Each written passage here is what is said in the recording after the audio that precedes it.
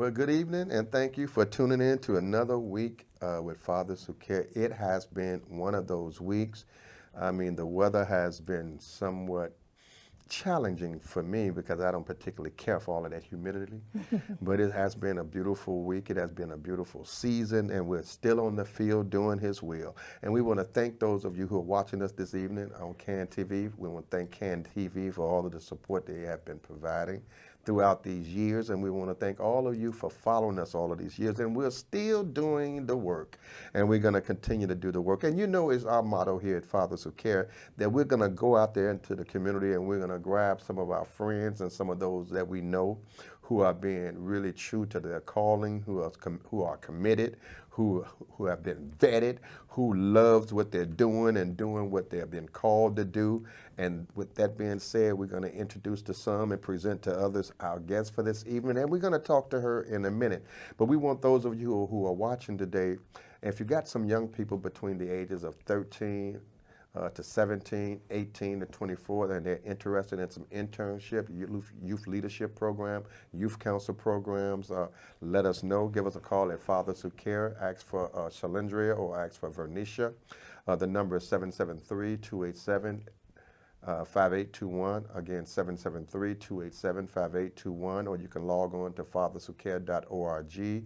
If there's some fathers out there who are interested in our men's network, let us know. We meet every third Friday, and men are coming together from the whole west side of Chicago, sharing ideas, networking, about different things that we can do as fathers to continue to empower each other.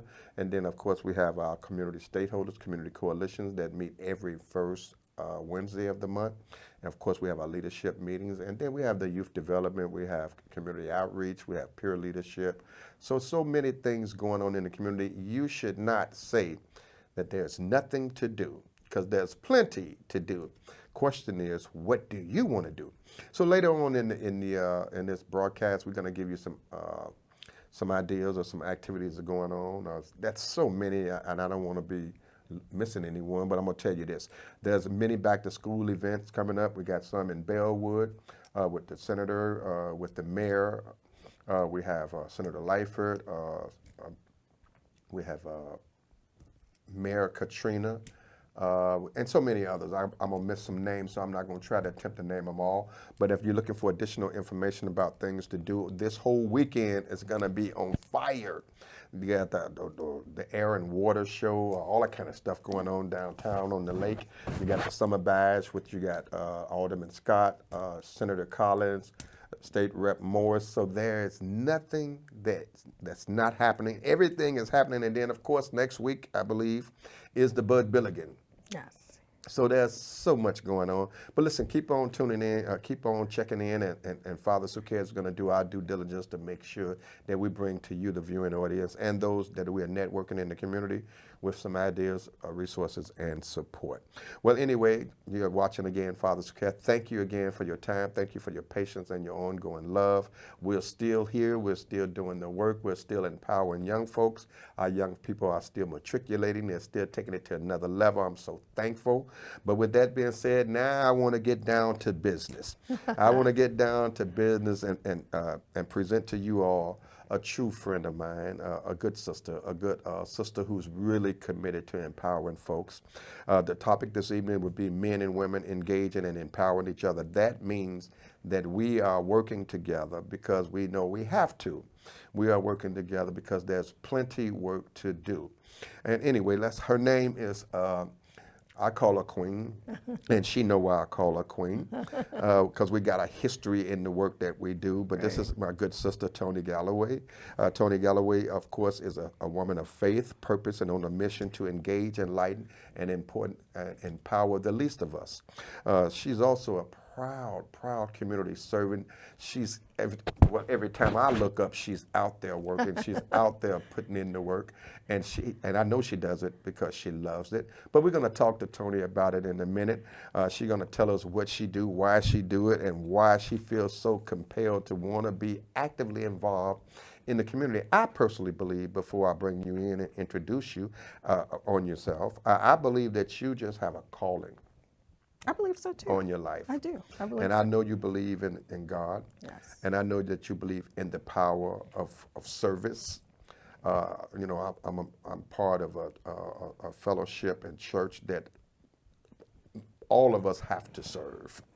I mean, if you're going to be a steward, if you're going to be a servant, you have to serve. You do. Absolutely. So talk to me and tell me who is, I just really want the folks to know, without going into talking about jobs, your job, I want to talk about your passion now.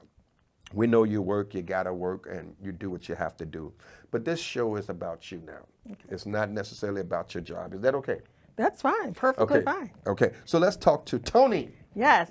Are yes, you Tony? I am Tony Galloway. So I want to talk to Tony today. Is that all right? That's all right. So That's tell me, fine. who is Tony? What motivates Tony? Why is Tony so committed to want to be actively involved in the community? Want to be actively involved in empowering young people? Want to be actively involved in community? Why do Tony do this? Well, Reverend Jones, first of all, I want to thank you for having me. Well, give me 5. There you have it. Thank you so much for having me here. That's right. My pleasure. Yes, I'm happy to be and we here. owe you a show. Yes. Yeah. Yes. But yes. But to your, as far as your question, serving in the community is always been a part of my life, even as a young child. We worked in soup kitchens, gave to the needy, and was out doing community work at all times. It was very important, especially to my family, and to see what it is as far as other people in need. Okay, so it's always been there, even with the work that I do and the community I serve. So, and I believe in collaborating and helping others. So it's not just in my own community, it's in other communities as well.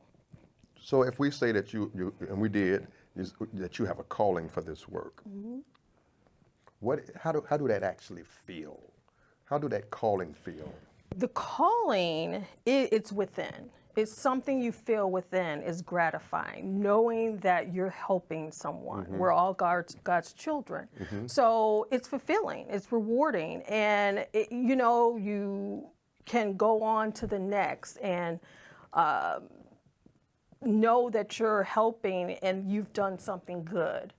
Good, as far as helping others. Well, and I echo that. I mean, I've been in this service for many, many years. I love it.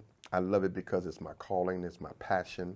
I love empowering young people. It does my heart great to see young people take it to the next level. Absolutely. It does my heart great to see communities coming together, pooling resources, working together to educate and to engage and to uplift each other. Absolutely. I mean, it just does. I think that's the issue that a lot of us in our communities are facing. Yeah, lacking, that's a good word. The desire to work together. Yes. So let's go there. How can we encourage more individuals to work together? How can we encourage more people of color, particularly African Americans, to work together for the common good of all of us? Being out in the community and working together, and the resources definitely have to be there. People get discouraged when they go from one place to the other and have nowhere to go and get an answer. So having the resources and implementing those resources and utilizing those resources in the community, it has faith, gives the people faith in knowing that there's someone there to help them. So, and I like that term faith, because it speaks volumes, because faith is the substance of things hoped for and the evidence of things not seen. So I think it's a great deal of people in the community whose faith has been shaken. Yes. Their hope is gone. And we was talking earlier when I talked to some of the young people, and the elders as well, most of them are expressing concerns of anxiety, trauma, depression. Why do you feel folks are experiencing these mental and behavioral issues these days? It could be, in my opinion, it's the structure. Having a strong foundation. If you have a weak foundation, you can't build upon it. Okay. We all know this. So having a strong foundation and building upon that foundation strengthens the building. Okay, it holds the foundation, holds the building, and everything that's in it. You bring all that information in, resources in.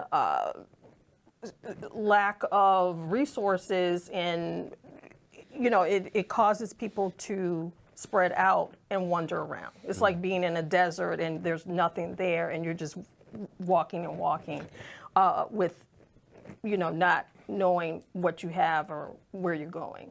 Okay, so do you believe, and I'm going to take you to another question about community stakeholders as we are, just representing various different sectors. And I believe, those who are older, seasoned, if you will, they can make decisions, they can seek out resources, they can seek out, different things that they feel that they need. And I believe, and when we're talking about being, clinical issues and concerns, I believe, some folks may be apprehensive about seeking help. Because they got this stigma, if you will, that if you get help, then people may associate you with being maybe a little off or crazy, which I think is ludicrous, if you will. I think it's kind of crazy not to get help, if you need it. Yeah. But let's talk here. Let's talk about this. As community stakeholders, and I'm really committed to trying to empower young people and our community in whole. How can we bridge the gap between our sector partners, our community stakeholders, our young people? How can we bridge the gap? You were talking about foundation. Can you stay with that piece and take it absolutely. And go down that road? As far as being home, you have parents, whether it's single parent, family parents, a family home, or parents that work all the time. There has to be some type of structure. Okay, we all know there should be some type of structure. Kids need meals, they need their rest, and there's chores. Do kids have that now? I don't think so. The way they're roaming around, the lack of discipline, and so forth and so on. So there has to be, again, some type of structure, for foundation and structure in the home. So it starts with home first. And then you can move on to, school. It's the same thing. There's, structure there. There should be, there's the teacher. You get your lessons. There's having orderly conduct in the classroom. So yes. Let's stay there for a second. Okay. Let's stay with the parent piece. The structure. Why is it? And I know I do understand the question and the answer as well, but why is there a different connect with the parents of my day and the parents of today? I think that's an issue with the values. That's an issue with the structure. That's an issue with the mentality. That's an issue with resources. That's an issue. All of those things. All of those things. Yes. All of the above. All of the above. Right? Yes, absolutely. All of the above. Yeah. Yes. Yes. So we have to get back down to the basics. Okay. And what are those basics? like that. We have to that. figure out the basics. It's not really difficult. If people take pride in what they're doing, take pride in themselves, take pride in their family, it can be done. It's just that we just have to revisit all of that. And it's basics. Back to the basics. So it's and never having too that late. strong. It's never. I don't believe it is. I don't believe it is. And as far as the village, there has to be a village, because as they say, you see something, you say something. You see a kid running wild in the street. Hey, your parents obviously is not at home. But do it really take a village? Do it really take a village? I believe so. I grew up that way. I grew up that way. How? Because you always knew someone's looking, and they're going to tell your mom, they're going to tell your dad, and then your question as to, well, why were you doing that? You were supposed to be in the house doing your chores, doing your homework, those kind of things. So getting back to the basics is really just that simple, and people need to be accountable for their lives, Okay. their household, their children, et So we're talking cetera. about accountability now. Correct. So right now we have, I think we have folks who may be, if I have to say so, some may be unequally yoked. Some folks may feel a certain way about parenting. Some may feel a different way about parenting. Some may feel a different way about service. Others feel a different way. Some feel a different way about faith, about religion, about their walk. How can we maintain some kind of order among us when we're different in our perceptions of things? I mean, it's impossible for a house divided to stand. Right. Well, church is a big part of that as well. I think there's a disconnect there as well. Once we lose that disconnect, then it goes back to that foundation, I believe. You lose that disconnect. You go to the church house, you hear the word of God, you feel the word of God, you feel great. For the day, for the moment.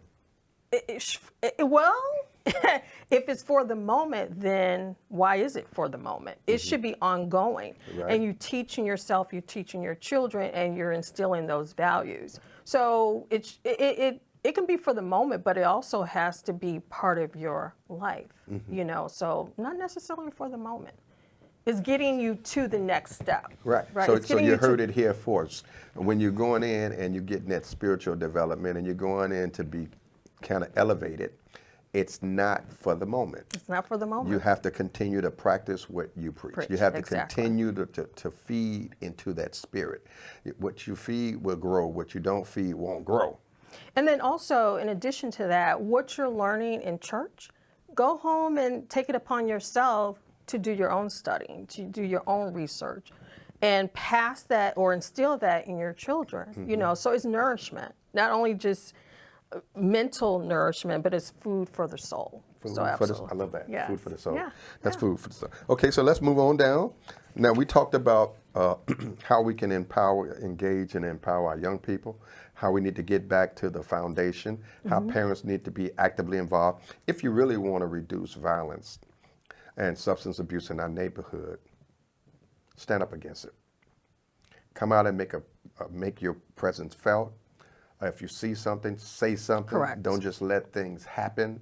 If you know folks are hanging out doing some things that's unsavory, I'm not saying go out there and put yourself in harm's way. Establish a relationship with your local police department, with your local block clubs. Take back your blocks. Be actively involved in your blocks. Let the community know that we're all on the same page. That's what we were talking about when we was talking about those values. Right. Back in the day, if you did something on the block knew your parents. Before you can even get home, the phone call was made. Right. And also, it goes into saying, too, support your local police, because you do have to call the police when something's going down, so you don't take it upon yourself. You call the police. But say if you see something, say something. Have a relationship with the police, your neighbors. Know your neighbors. Work with your neighbors. Help your neighbors. And that's part of building your community. That's part of it. You have an elderly neighbor, you have a child that can possibly help bring the bags in or help the elderly shovel their snow or what have you. But that's part of building a community, a healthy community, and helping it thrive. Let's go to some of your proudest moments, some of your accomplishments. I'm trying to keep your job out of it, and I'm going to do that. Thank you. But I know that you are so actively involved in so many things, and so if you allow me to, talk to me about some of the things that you are currently involved in. And some of your proudest moments or something, some highlights. Just talk to us and let us know who is Tony, what does Tony do, and how often is Tony doing it? Right. Well, I mean, what you doing, Tony? Talk to us. Tell the people might want to do some of it too. Yeah, absolutely. I welcome whoever wants to come out and help. Hey, come more on than down. merry. Come on out. Yeah. Being in the community, I view it as building relationships. You have to build relationships, knowing what's out there to help your community. Okay, there's a slew of resources out there that everyone can utilize. Okay, myself, Reverend Jones, his organization, and so forth and so on, and pass that on to someone that may need help. I had someone today that had a domestic violence issue. The resources I had was passed on to her. So it helped her, and we'll do follow-up to make sure she's doing well. But in that, it's to strengthen people and give them hope that there's someone that can help them, okay? Someone that can help them. So I want you to think about some of the, I'm going to ask you a question about, are you an agent? Are you an agent of change? Change agent. And I want you to talk to me about what does that mean to you. But in doing that, I want you to also tell me about some of the affiliations that you may have that you are really proud of. Oh, absolutely, absolutely. Recently, I was just inducted into the Rotary International, so that was huge for me. Basically, that was to further push me out to help in the community. And I just did a Jesse White program for kids, college kids going back to school. There was a fundraiser I just did to help mental health, advocate for mental health and for kids in the community to better, give them resources in the community just to get them started. Because again, things that they need, such as computers, somewhere to do their homework, books, and utilize libraries and all that. These kids are not utilizing those. But you're being rather modest too, though, because you're all over the city. Yeah. I mean, you just gave me 3 things, and that's fine. I like it. Yeah. I like it. I'm cool with it. But you're doing a lot of stuff on the south side of Chicago. You're doing a lot of stuff on the west side of Chicago. Yeah. I mean, you all over doing all these things, and I like to know, why are you so committed to all of that? Well, being committed, it's just me, but collaborating with, I'm big in collaborating. So anyone it doesn't matter what side of town I'm on, anyone that needs me, when you need something, I'm out. SOS. I mean, we always there. We always in the circle. I try to be all over wherever it's needed. Again, I've formed these relationships with these wonderful organizations, and I will continue that throughout my career and going forward. So it's never going to end. It's not going to stop because I'm very passionate about it. It's something I strongly believe in. So it's just beginning for me. Really. So let's talk again. Let's talk about some of the things that's going on in the neighborhood. We know we got things happening on the Lakeshore Drive, or on DuSable Drive. We know we got some of the events coming in the neighborhood. We got the Taste of Bellwood. We have the Summer Bash. We have the Back to School events. We want to talk to you, and we want those of you who are watching, if you're interested in some health screenings, free health screenings, we're going to be doing it. Give us a call at Fathers Who Care at 773-287-5821. It's another one of our summer health screenings. We just did one a week or so ago over at Loretta Hospital. We'll be doing another one on Madison and Kilpatrick. Out on the streets, we're bringing the resources to you. We're bringing the physicians to you. We're bringing all of the programs and services, not all of them, but a good deal of them, from the hospitals to the community. So we want you to be involved, and we want you to get in touch with us. You can't be everywhere, but we want you to know that there's plenty of resources out here that you can take advantage of. So we want you to tell us, in closing, what is it that's on your heart? What is it that you would like for folks who are watching you to take away from this interview, or what would you think they should be involved in? And also get in touch with us. We're going to be doing a lot this week with our young people. Give us a call at Fathers Who Care. Absolutely. Just be proactive. Stop the complaining. Be proactive. Do what you do. Be the best that you can possibly be. Help one another. Build upon your community. You live there. Why don't you want it beautiful? Why don't you want it safe? You do. I'm sure you do. But you gotta, take part in it. You can't stay locked in your homes or anything like that. So be a part of it. Keep your area clean. Help the kids out in the neighborhood. Help the elderly. So forth and so on. So that it's a start. But again, it goes back to that foundation and keeping, starting with the basics. And we all know what that is. I think we lost the, the wanting to do it. But in order to go forward, you have to do it and get involved. and That's the key word. participate That's the key in word. community events if you can. Find out what's going on. Go to beat meetings, so forth and so on. It's all there. Take advantage of it. You don't want the programs to go away. Take advantage. Move full force. You need help. Reach out to somebody. It's here. We're here. So We're here. if you get nothing else, remember that in order for things to change, you got to be a part of that change. Yes. You have to be a change agent. So we want to encourage those of you who are interested in ongoing support, ongoing services, ongoing resources, or whatever it might be that we can help you with. That's the whole purpose of what we're doing. We want our young people involved. We want our elders involved. We want our community involved. We want you involved. So join the movement. Give us a call at 773-287-5821, 773-287-5821. Give us a call at Fathers Who Care. We would love to come out and help you. We'd love to collaborate with you. As Tony said earlier, God bless you. Good night. Keep the faith, and we'll see you